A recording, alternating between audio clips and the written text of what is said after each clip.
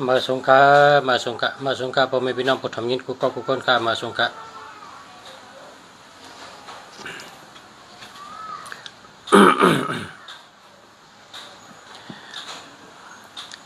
มาสงฆ์พ่อแม่พี่น้องเขาค่ะ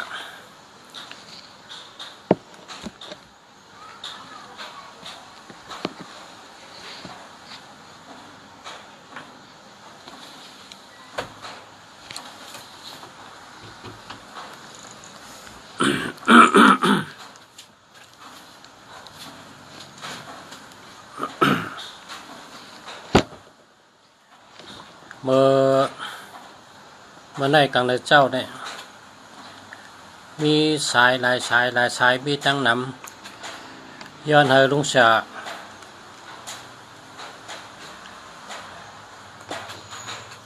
ลัดในที่ปองว่า เขาเจ้าย้อนมาเฮลุงเสียออกมาลัดนี่ว่ามันดีโกนั่นมีเจิงหือหลายค่าอันเปิ้นว่าพอใจเอามีเงินพอใจเอาเงินโหพอใจเอาเป็นยอกกะอันว่านั่นเป็นตัวเจอหลายค่าเนี่ยพอไม่พี่น้องเขาอะไรฮู้ไว้กันเนาะสังว่าชูเจ้าอยู่เมืองไทยก็ชูเจ้าชื่อปั๊บอ่านก็เร็วก็เลยนะมีเนื้อปั๊บเป็นเด็กไทยนะเนี่ยปั๊บเนี่ยชื่อปั๊บอ่านก็เร็วก็ได้เนี่ย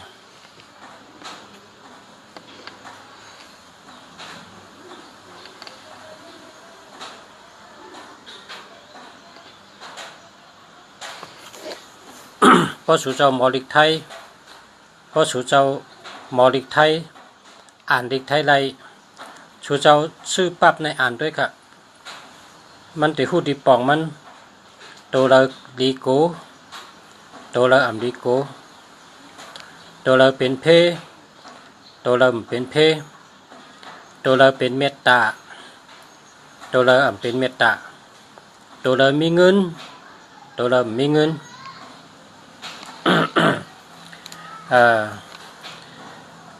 เพราะว่าหมางเมลนั่นเขาเป็นคนตั้งหูเล็กตั้งหูเกะเปลี่ยนบรรชุเจ้ามันเป็นละอิดก็ความไทยนั่นคำว่าเปลี่ยนเป็นความไทยนั่นมันเปลี่ยนไรนะก็แปลว่าคำแข็งเพราะชูเจ้าอ่านเล็กไทยไรชูเจ้าเตหูนำเลยค่ะเหมือนหนังว่าพุ่มแพ่เนี่ยกามไตว่าคือก็คากล่อมหุคากล่อมฮัดเอามาลัดชูเจ้าเป็นพุ่มแพ่เพราะคาวันในชูเจ้าใช่ไหมกามหังกล่อมหุพุ่มแพ่เขาคาก็หุมันเป็นกามไทยเขาคาหุดีปองมันอยู่แต่เขาคำมอลัดกามไตหึงป่องเป็นตีป่องใต้เขานั่นนะ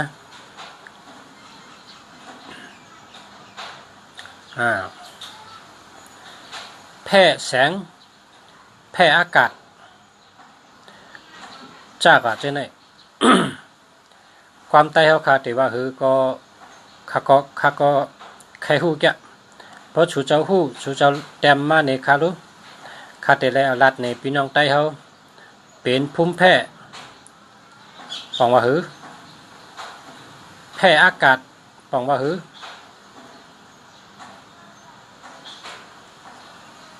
นะแพ้แสงปองว่าหือเนี่ยย้อนเฮอชูเจ้าเจออันมีตั้งหูใหญ่ตั้งหันน้ำตั้งหูใหญ่ตั้งหันกวางนั่น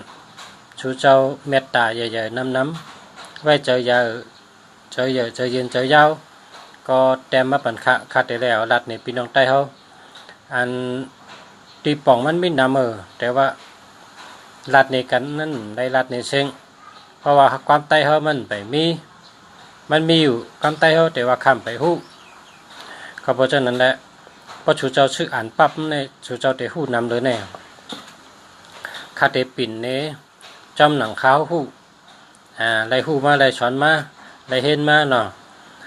ตีดีโกนั่นมีตัวหังพองเนี่ยเนาะอันดีโกเนี่ยมีหังพองเนาะ ศูนย์นะศูนย์ในป้องน้ำเนี่ยศูนย์ในให้มี1ตัวcáiพอศูนย์มี2ตัวขึ้นก็ตั้งหรือได้แต่เป็นทั้งไหนเนาะ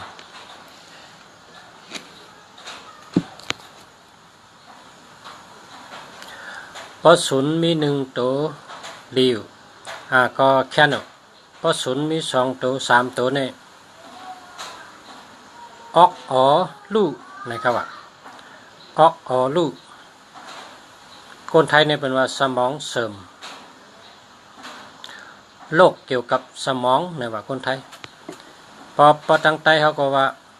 ออกอ๋อจังลูกเป็นย่อกะตั้งเป็นในออกอ๋อ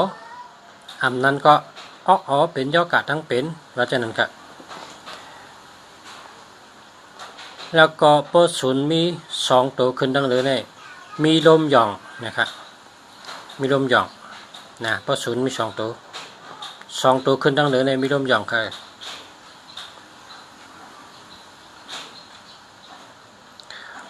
เป็นย่อกะเลือดเหลือเลือดสูงนะครับ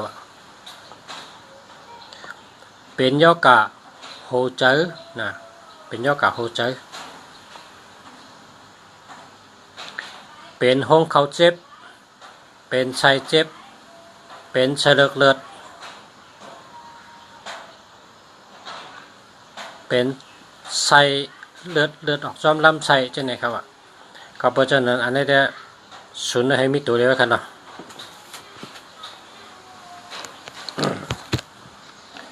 การในเขาคำมาด้วยพอมีพี่น้องถามมาก็ห่อปันพอมีพี่น้องกันในไตเกียงตองไตเกียงตองว่า0945257896อันนี้แค่มาแค่มาค่ะเลียวค่ะอันนี้ซ้ำจอในซ้ำ0989999246ฮัลโหลในแคมเตะต่อนะเจ้าเขาอยู่ตั้งเมืองลอยแหลมบนเมืองไต้ครับบนอันนี้แคมกะเจ้าแคมเตะ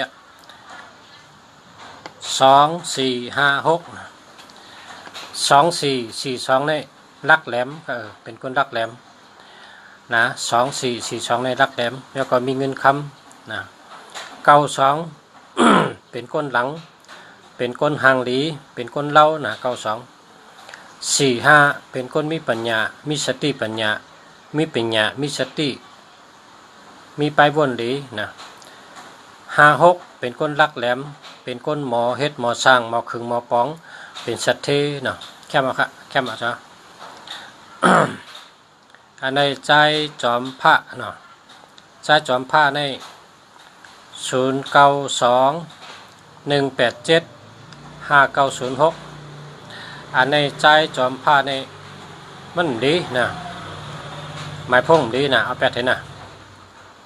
เอาแปดเถอะกะมันดีกะ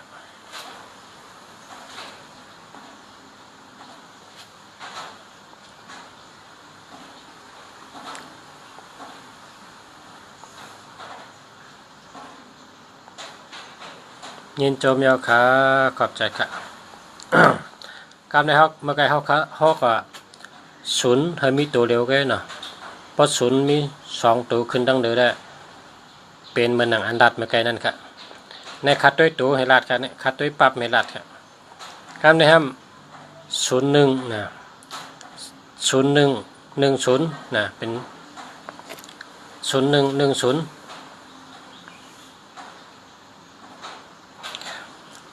สายตาลูสายตาโมสายตาลูสายตาโมโหขึ้นโหไข้เป็นวัดโหขึ้นภายเร็วโหไข้ภายเร็วโหเจ็บภายเร็วเป็นย่อกะโหเจอนะย่อกะโหเจอ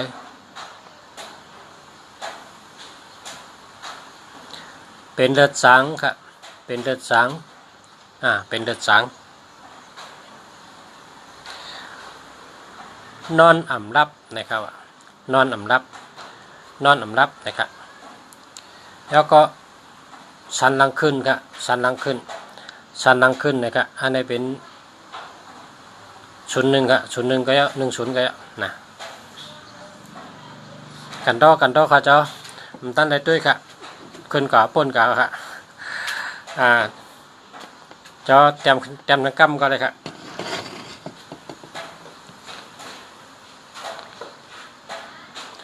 ส่งทั้งกำครับเจ้าเตะขึ้นตัวเป็นก้อยก็ดีอยู่ครับขาก็หันมี875753เนี่ยมันก็แคมดีกูตัวอันดีได้แต่พระเจ้าใครหูตีปองก็อ่านนี้อย่าพมลงมาขาเนาะกึดแทงขา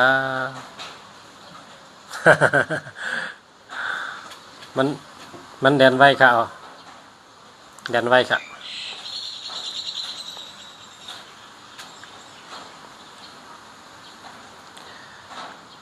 ค่ะมาค่ะห่อปันก็ตั้งเนินตั้ง062 969 9605อันนี้มันมี02ตัวค่ะเพราะมี02ตัวในเอา8ให้หน้ามันดีค่ะเงินโฮค่ะ0ให้มีตัวเดียวไว้นะ0ให้มีตัวเดียวไว้หามาค่ะก็ในตัวเป็นหมายพงเจ้ากัน0978787แคมจะสัตเทลงได้877877789753พอมี7887เนี่ยเมื่อเกิดมาเป็นสัตเทด้วยเพราะว่าเจ้าหมายพง7887เนี่ยนะ3ปีเป็นสัตเทนะครับอันนี้ได้เป็นว่ากุฏิแค่ในจำเมืองเขก็ว่านั้นเมืองเขก็ว่านั้นเมืองไทยเมืองเกาะก็ว่านั้น8778เนี่ยเมื่อเกิดมาเป็นสัตเทก็เพราะพระเจ้าหมายพง7887เนี่ยเป็นสัตเทค่ะอันนี้ก็เจ้าแต่เป็นสัตเทเป็นคนมีนะถ้ามี878แท้งนะ8789นะ789ก็เป็นสัตเทลงเปิดห้องว่านักกานะ8เนี่ยบอกว่าพิรูเนาะ7เนี่ยบอกว่านักกาเนาะ9เนี่ยบอกว่าอันทอดอันเมียดพระราเมียดตาราเมียดสังขาเมียดเจ้าลีผีเมียดคุณผีคุณสังคุณศิกยาอันเจอที่เขาไล่นับถือไล่ไวสาไล่ปึงอิงก็ย้อนชูพอย้อนชูก็ไล่มาจอมหนังตั้งหลูเขามีนั่นเจ้าทอดเจ้าเมียดเจ้านั่นบอกว่าเก่าเนี่ยค่ะตัวเก่าเนี่ยค่ะ95เป็นคนมีเจอสูงนะเจอสูงไล่เฮ็ดก็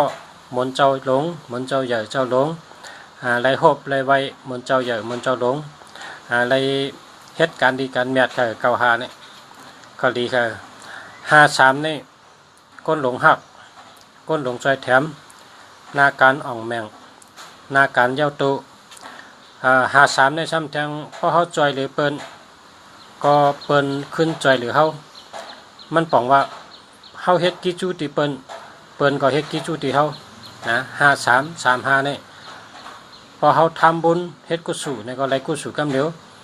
พอเขาเฮ็ดตั้งหลีในก็กุศลถึงเขากำเดียวพอเขาไล่หรือไล่ต้านในก็ไล่กุศลกำเดียวบอกว่า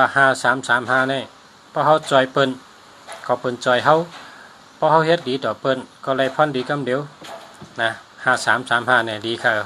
ดีกุโตค่ะเจ้าค่ะดีกุโตแคมกุโตค่ะแคมค่ะยินดีค่ะยินดีกินชมจำเจ้าคำในสมัติทั้งเจ้า1 065 57 9146นี่เนาะอันนี้ก็แคมค่ะเคยกับ57นี่57นี่ถึงจ้าน่ะก้นใหญ่ก้นลงก่อมไว้ว่องใครถึงติ๊กค่ะแทงเบอร์1ค่ะเนาะ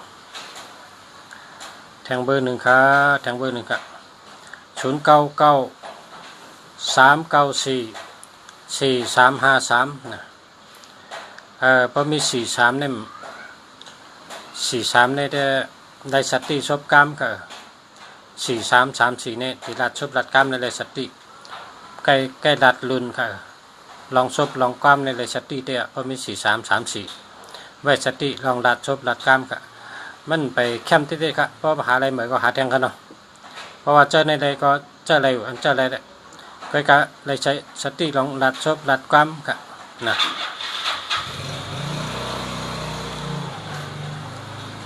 0989147199อันนี้แคมครับอันนี้แคมครับอันนี้เรียวครับ0987914719อันนี้แคมครับได้เก่งตองมาทางกล้องมาทางเบอร์เนาะ0994653638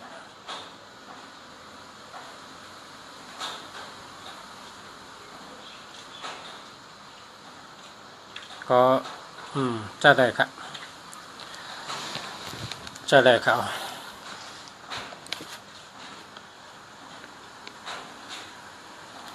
เอาขามาด้วยเมื่อกี้ใน0100ก็ย่อ01ก็ย่อกันแนวมาด้วย002นะพอมี02ในเป็นอย่างไรย่อกาได้ย่อกาได้เป็นจังหือใน02เนาะเคยกับพี่น้องคำถามมาทางพี่น้องก็ในแต่จื้อเขาคำหมอฮ้อนะจื้อว่าคือกำหุแต่เขาคาแต่ฮ้อเป็นหมายพงมัน0634586925นะคนใจครับคนยิงฮะไหน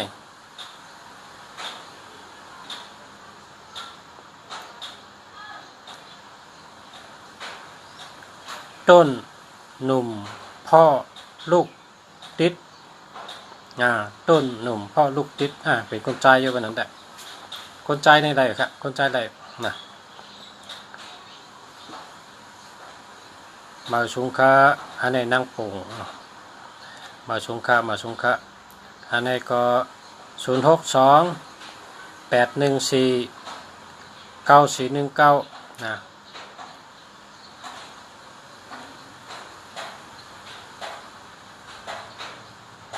อันนี้แต่มันดีครับมันมี81มันดีเอา8ให้กันเนาะเจ้านี่มีทั้ง2เบอร์ก่อน0989991429อันนี้ดีครับ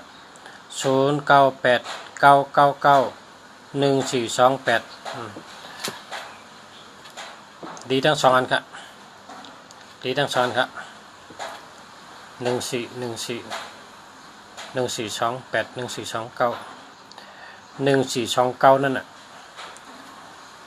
แคมทั้ง2อันเนาะอะไรว่าแคมหมดครับ29ก็แคม28ก็แคมหมดก็กับ29นั่นแคมเลยกว่าเนาะ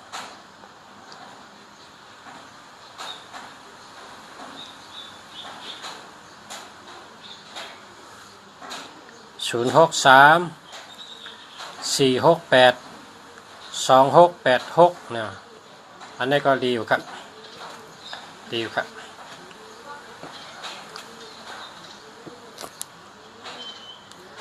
ก็ทำมาโดยทาง02เนี่ย8มันจะมีจังหือเนาะก้นที่มี02เลยเนาะ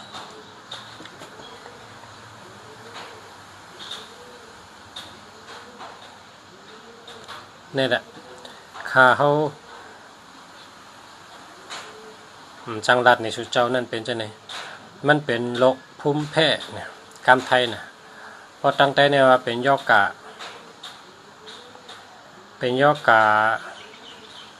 พอเปิดพัดลมก็ไม่ได้ครับพอเปิดพัดลมในขี้มูกไหลที่ๆกันแล้วก็พอกัดหนาก็ไม่ได้ไม่หนาก็ไม่ได้จังนะครับเป็นห้องภูมิแพ้เนี่ยการไตเขาเดี๋ยวว่าคือเขาไปหูครับเบอร์ในจำ0617572403อันนี้แต่มันดีครับอันนี้มันดีครับเอาแบบให้นะมันดีครับ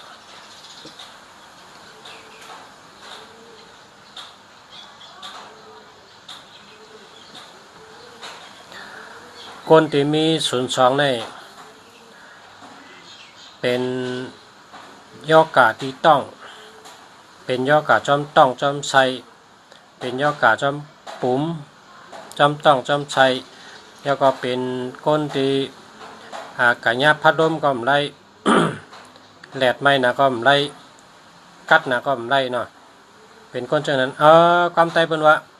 ขี้เมียนเอ็นเดิงเนี่ยนะขี้เมียนเอ็นเดิงยมคนมันขามแดดมันขามลมยอมปิ้งเป้นะ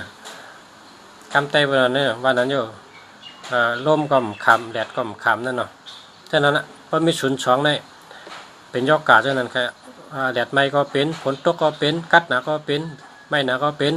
มันขามให้เมี้ยวเพราะมีศูนย์สองเนี่ยยอกาฉันเป็นที่ต้องค่ะยอกาเป็นที่ต้องค่ะการนี้มาด้วยศูนย์สามเนาะมาด้วยศูนย์สามค่ะ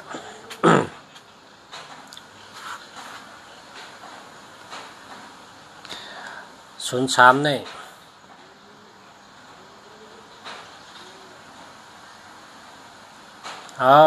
อันนี้แคมอันนี้แคม09 959 956 91 91อันนี้แคมค่ะ95มีจกมีหลับมีเงินมีคำนะมีหลับหลี9559ได้เฮ็ดก็ผู้ใหญ่ก้นดงมีก้นดงใจหรือนักอะไรใบได้ช้าเจ้าเมียดเจ้าทอดเจ้าเมียดภูมิกามใหญ่มุนสูงคนเตะคนวะเนี่ยมันจึงเจ้าวุ่นจุ่มเขาห้าเช่นนั้นเจ้าชาลงเขาห้าเจ้าห้าเช่นนั้นไรใบไรช้าไรอยู่จำเขาเจ้านะการใน56เนี่ยก็มีเงินมีคำนะลักแหลมดัดเช่านะ56เนี่ยนะ6 เก่าฉันมีเงินง่ายนะ6 เก่าเนี่ยไรเงินง่ายนะมีเงินมีคำนำแล้วก็มีเงินง่ายการ91 เก่าเนี่ยเป็นคนผู้จักง่ายกว่าตั้งแต่ก็เป็นหูจักง่ายเปิดมืดง่ายเป็นหูจักง่ายแล้วก็เป็นคนชื่อเสียงหลังเหมือนหนังหนึ่งในปังวัดตาวันค่ะหนึ่งในปังวัดตาวันปังว่ามีตาวันสายแรงมีสายแรงเหมือนหนังตาวันเนี่ยค่ะ1991เนี่ยมีสายแรงค่ะ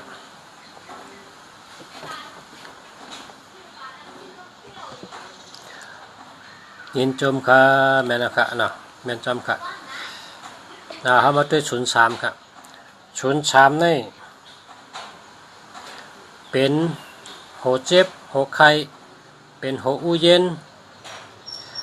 เป็นสายตาลู่เป็นคนโหเจอนะคนใต้บ้านว่าเป็นคนโหเจอดีเป็นคนโหเจอตุงนุกเป็นคนหย่องเป็นคนโหเจอปินเนี่ย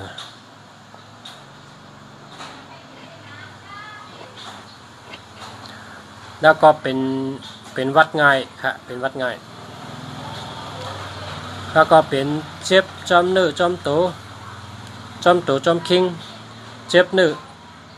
เจ็บโตเจ็บคิงค่ะเป็นเจ้านั้นค่ะ03เนี่ยเจ็บโตเจ็บคิงเจ็บเนื้อเจ็บโตนะเป็นตาเสใช่ไหมนี่ก็ดีค่ะ03ก็ดีค่ะเขามาเททาง04เนาะ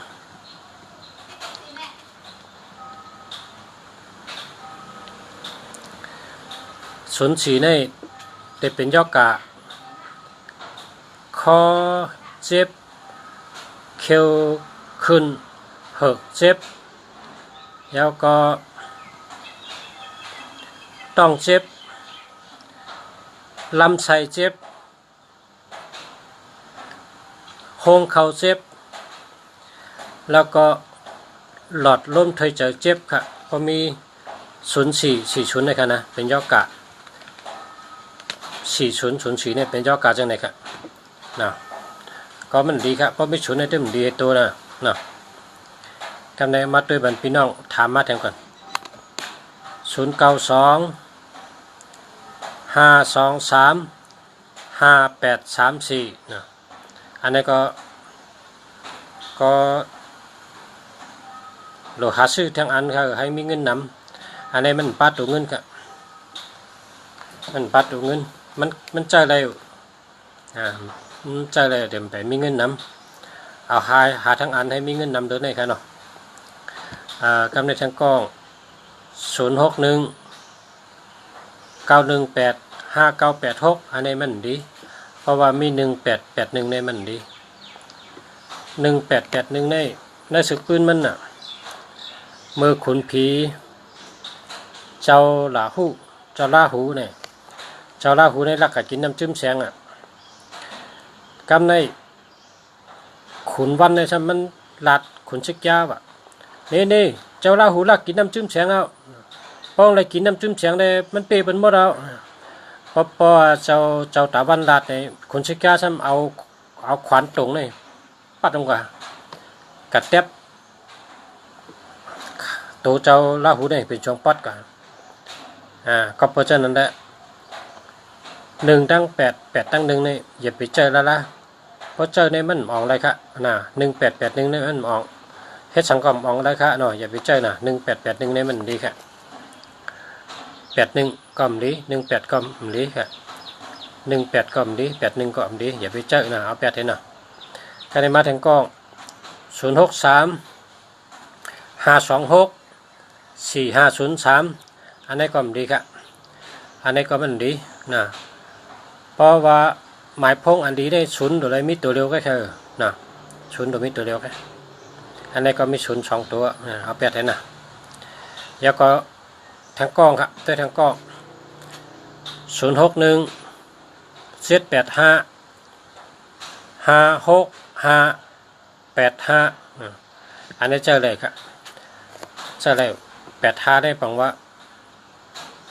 เปียแม็กเล่เนี่ยเปียแม็กเล่เป็นเฮ็ดพามตานั่นกำว่านึกนั่นได้มีงูเนี่ยก็เลยงูออกมานั่นได้เป็นเงื่อนเนี่ยก็เลยเงื่อนออกมาพามตา85เนี่ยรักแหลมแดดเชลแล้วก็คนเฮ็ดก้นหลวงไผ่แทบตัดอมูตลาใช่ไหมเป้เปิ้น85เนี่ยนะ8558ได้ปังว่าแดดตันเปิ้นวนตันเปิ้นเจนจาตันเปิ้นตั้งหลัดตันเปิ้นตั้งวนตันเปิ้นค่ะตันเปิ้นตันหนตั้งเปิ้นทางกล้องค่ะ061 885 0304อันนี้ได้มันดีค่ะเอา8เลยอันนี้มันดีค่ะอันนี้ได้มันดีเสียเอ็ดค่ะเอา818ก็มี03ก็มี30ก็มี04ก็มีอันนี้ได้มันดีค่ะ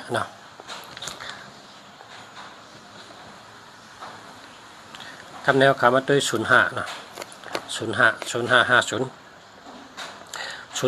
นี่ก็เจ็บตัวเจ็บคิงเนี่ยว่าเจ็บเนื้อเจ็บตัวเจ็บคิงมาถึงกองด้วยไม้พงก่อนโอ้แรงกว่ามันตั้นแล้วก็เป็นตัวเลือดเหลือเป็นเลือดเหลือเป็นเลือดสูงเป็นโหเมาแล้วก็อ่ำถูกแมนดังก้นปนจังเป็นก้นเจอแก็บพอตัวเจ้าเก่าเฮ็ดได้เจอกูเมียวเพราะเป็นเฮ็ดจำบามเจียเจอแม่นเป็นอาจั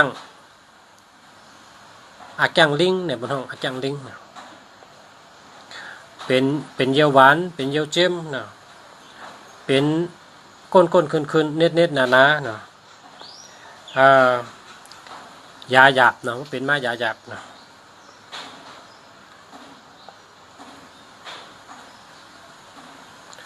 เป็นยอกกลางก็ยาหยาบกะ05เนี่ยอย่าไปเจอเอา8แทนกันในมาด้วย06ครับ06กัน06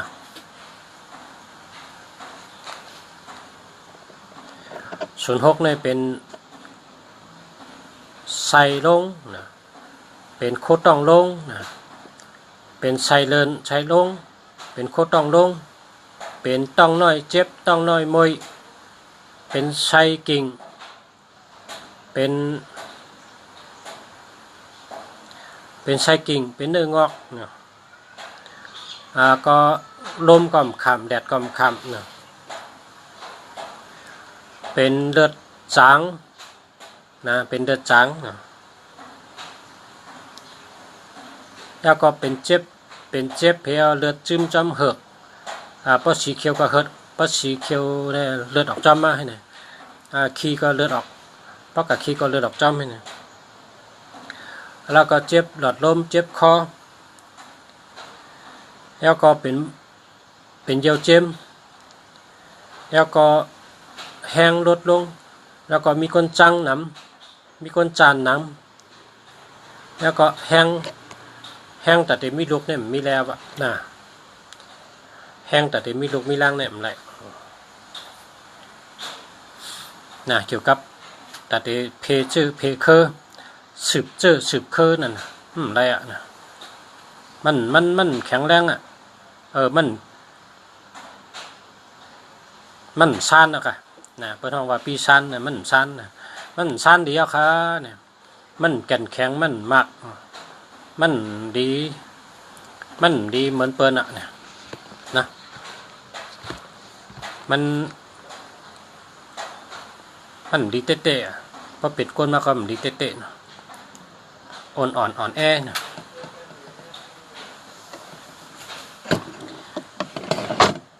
เป็นตุกิตะเนี่ยใต้ห้องตุกิตะนะก็06เนี่ยตุกิตะด้วยมันหมายพงทางกองครับ0946298432ครับดีเอาแปดเท่าละเพราะว่า84ก็มันดี84ก็มันดี43ก็มันดีครับนะทางเบอร์1ครับ0877311643อันนี้มันดีครับอันนี้มันมี73คันนี่73ในงากาผ่ารถผ่านะ73เนี่ยนะ7337เนี่ยมันดีครับ3113นี่ก็มันมีหลับเนาะแล้วก็4334ก็มันดีเอาเนี่ยเอาแปดให้เขาหน่อยอย่าไปใจแล้วก็0989992456อันนี้เข้มค่ะอันนี้เข้มค่ะเข้มยาวค่ะเข้าขามาถึง06อ่ะอันนี้07นะ07นี่เป็นทางพ้องนะเพราะใครหู้ต้องไว้นะพอมีหมายพง07นี่เป็นย่อกาสังพองพอมี07นี่เป็นก้นแอวงางเป็นก้นแอวงางเป็นก้นว่นน้ำเป็นก้นมีลมยองนอนรับเป็นก้นตายผากเป็นก้นแอวเจ็บหัวเข่าเจ็บหลุบกับหลุบต่อเจ็บเอ็นเปิงนะเป็นก้นเอ็นเปิงเป็นมะเร็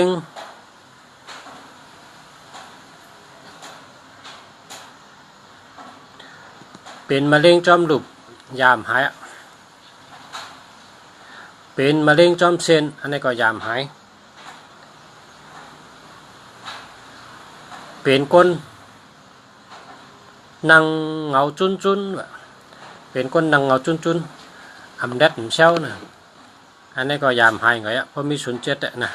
ยกการนำนะยกการนำนะคะอย่าไปเจอกับ07เนี่ย06ก็ไม่ดี07ก็ไม่ดี02ก็ไม่ดีนะ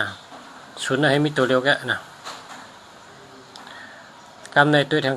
กองครับ094555823634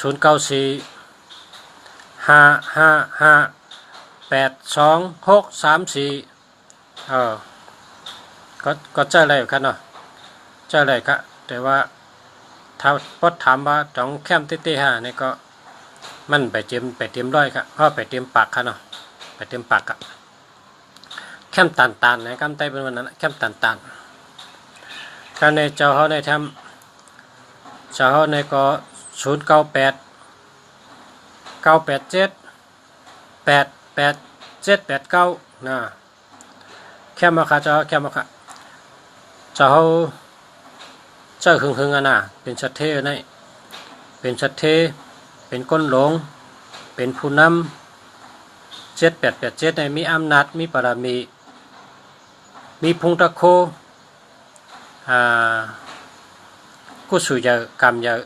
กู้สู่ลีกำดีนะ7887นี่นะมีเงินมีคำเป็นโปเล่งเปิ้นเป็นโปเล่งเปิ้นเป็นโหนาเปิ้นเป็นผู้นำเปิ้นลาดสังก็เปิ้นทอมแล้วก็เหตุการณ์สังก็การใหญ่การลงในอ่องกุมมิวค่ะจ้ะ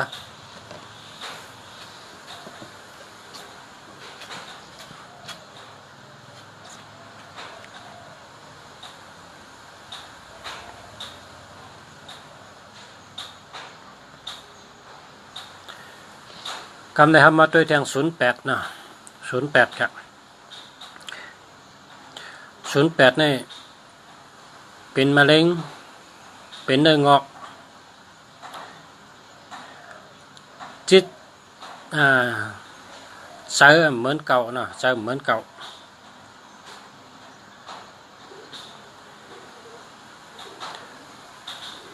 แล้วก็ใช้เหมือนเก่านะใช้ให้ใช้กึ่มใช่ไหมใช้ให้ใช้กึ่มใช้ปิดใช้ป๊อดใช่ไหมครับนี่มันไปดีครับ08ทำดีมาถึง09ครับ09นี่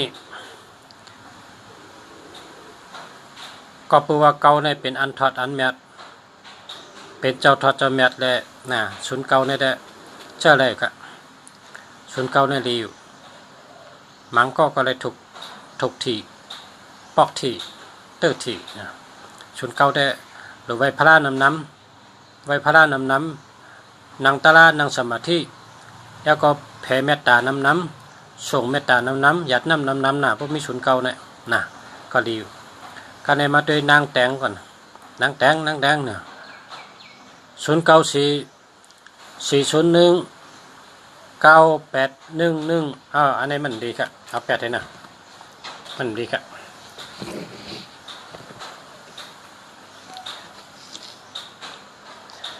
อันนี้มันดีครับเนาะเอา8ให้เพราะว่าพอเจอหมายพงเนี่ยนะหรือเจออันดีป้องดีกองติดจอยเขาเป็นคนมีเงินภายใน3 เดือน6 เดือน3 ปีมีเงินเตะป้องดีกับปันเมื่อเดี๋ยวนี้ปูนพรก้นอันต้งหนึ่งอยู่ในเมืองก้นนี่หาเงินเนี่ยนะเหตุงานก็เยอะหาเงินก็เยอะครึ่งหนึ่งของปูนพรเขาต้งหนึ่งวันหนึ่งเนี่ยครึ่งหนึ่งเนี่ย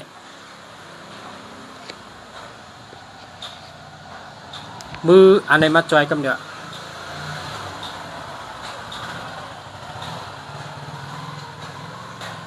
ตาครึ่งหนึ่งนะตาครึ่งหนึ่งของก้นเขาเนี่ยเพราะว่าปากหนึ่งเนี่ยก็ตา50เนี่ยเขาได้ปึงจากลาดในกำเดียวจากลาดในมาจอยก้นเขาจากลาดเนี่ยแก้หรือผีนะเพราะกับปังผีจอยเนี่ยเรื่องอะไรได้ใช้เงินเหดูหมอยาเขาแตกเหแต่เตี้ยนเหจังไกม้ามจ้า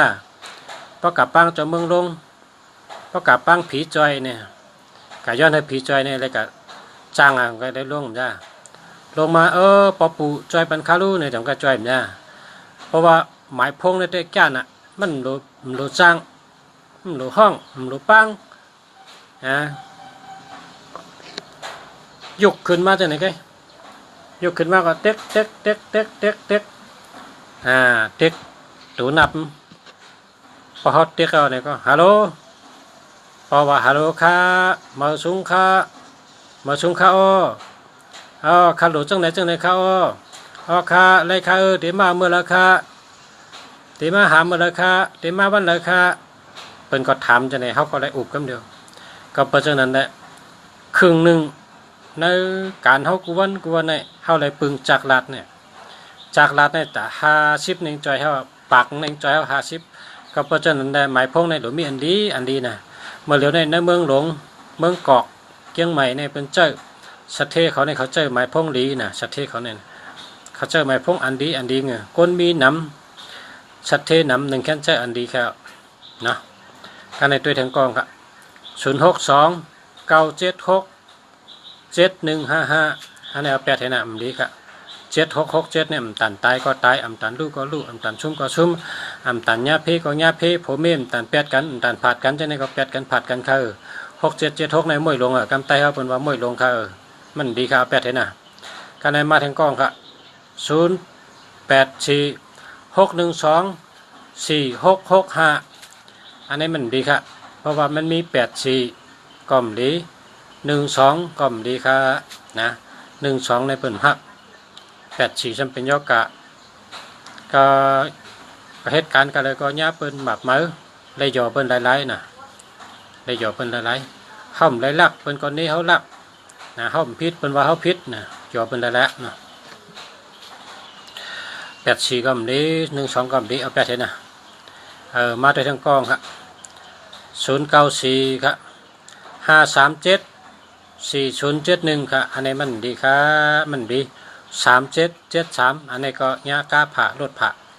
40เป็นยอกะเนิร์ดคอเนิร์ดซบนะดีครับ07ก้นขึ้นเน็ตหนาเป็นก้น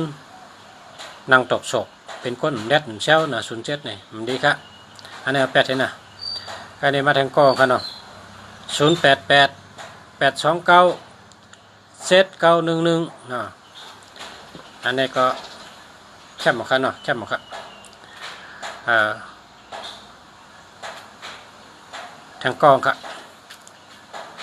0947615629อันนี้ก็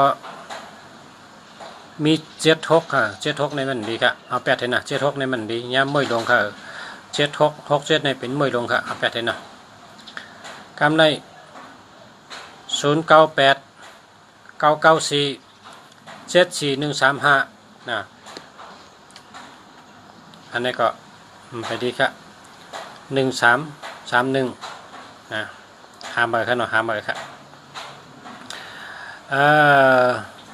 092754776อันนี้ก็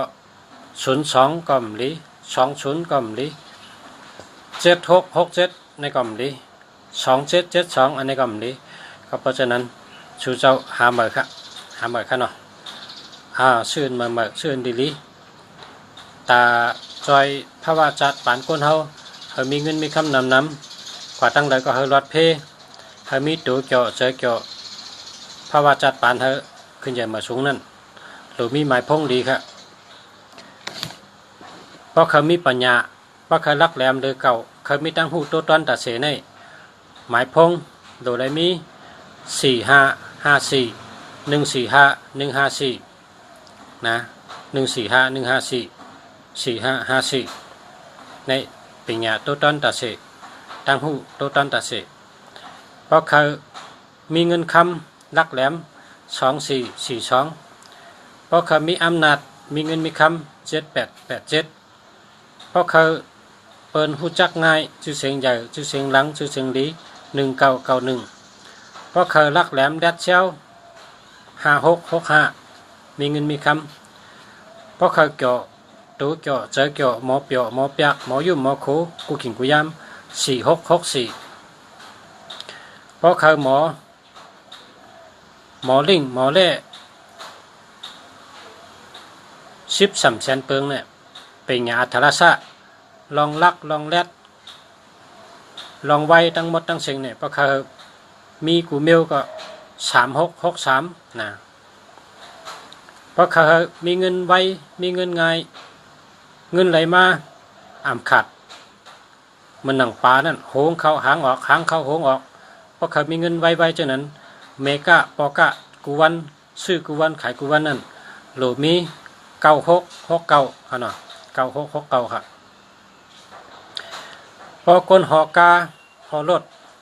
กว่าตั้งเลยก็เฮารถเพกว่ามาเฮารถเพกูขิงกูยามหู้โต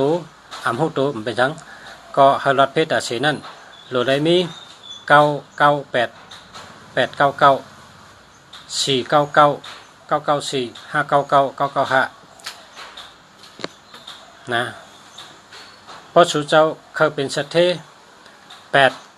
8789นะ87898289นะ8289 4 5 6เนาะก็พออยู่เมืองใต้ก็ซื้อตีปังหลง